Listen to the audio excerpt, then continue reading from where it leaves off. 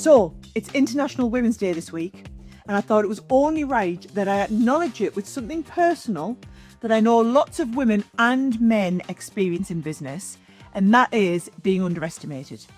Now, I have actually talked about this a lot before, but when I was starting out in business, I was quite often overlooked and underestimated for a number of different reasons, primarily because I was a woman. I was young. I was only 21 when I started the company. And then also, being from the Northeast, I also sound like this, right? Now, I found that despite getting myself a seat at the table on a number of occasions, didn't mean that I was always listened to. And quite often I could feel ignored. Now, I tried to combat this in a number of different ways. And one of these was always like power dressing. I'd wear all these like suits and two pieces that would make me look a little bit older, and I was trying to overcompensate for the fact that I did quite clearly look a lot younger than everybody else in the room. Now, I've come a long way since those early years. I'm also not quite as young as I was then, but I've gained a lot of confidence along the way.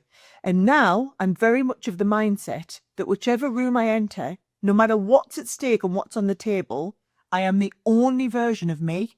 And that is my superpower. And I know that the people in that room are really lucky to have me in that room. And I don't vary off that mindset.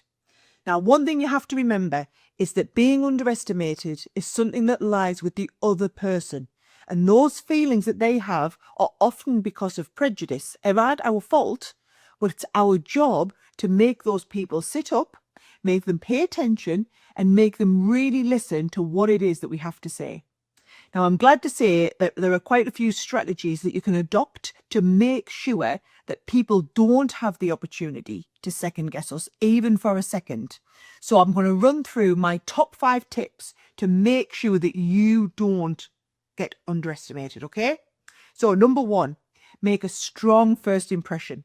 First impressions are everything, and it's our job to make it count, right? So when you meet someone new, make eye contact, make sure whatever you've chosen to wear still has a level of professionalism about it. And no, that doesn't mean that it's got to be a grey skirt suit, unless you want it to be, of course. But clearly, try and give the impression that you are full to the brim with confidence. You might not be feeling that way inside, but if you can give all of that positive energy and you can really come across as being confident, it's going to set the tone of the whole meeting, okay? Now, number 2, be prepared. So whether it's an interview that you have or a pitch that you're heading into for some new business, you've got to be prepared.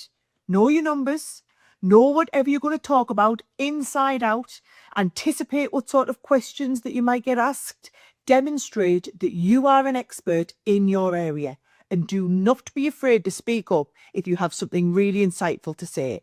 But if you don't have to say something. Remember, sometimes silence can be just as powerful, okay?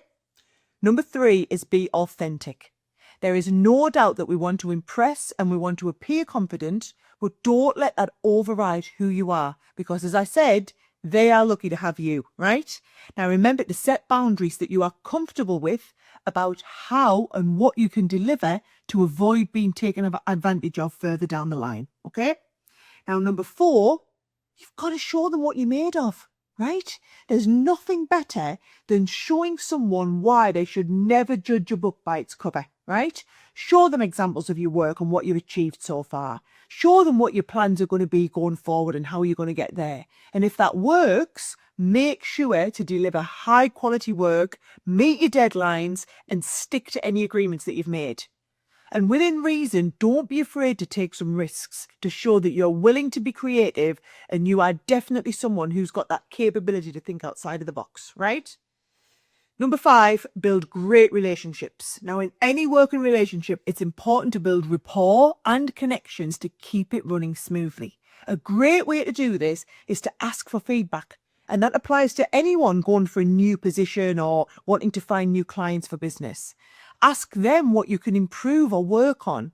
Hopefully, the answer will be not much, but the willingness to learn and take things one step further will go such a long way, okay? So, let's recap through all those 5 things that we've spoken about, right? 1, make a great impression as soon as you enter the room so that you're not giving anyone a second chance to doubt you, right? Have bags of confidence. Fake it till you make it if you're not feeling so confident inside, okay? Number 2, prepare to within an inch of your life. There's that well-known saying, fail to prepare and prepare to fail, and it could not be more true, okay?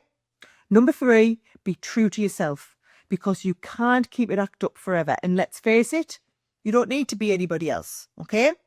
Number 4, show them exactly what you're made of. And then finally, number 5, make sure to keep people on side by constantly working on forging great relationships with them. So there you go. I hope it will be one of those sets of tips that are really useful so that going forward, you are never going to be underestimated and they are going to know exactly what they've let themselves in for working with you.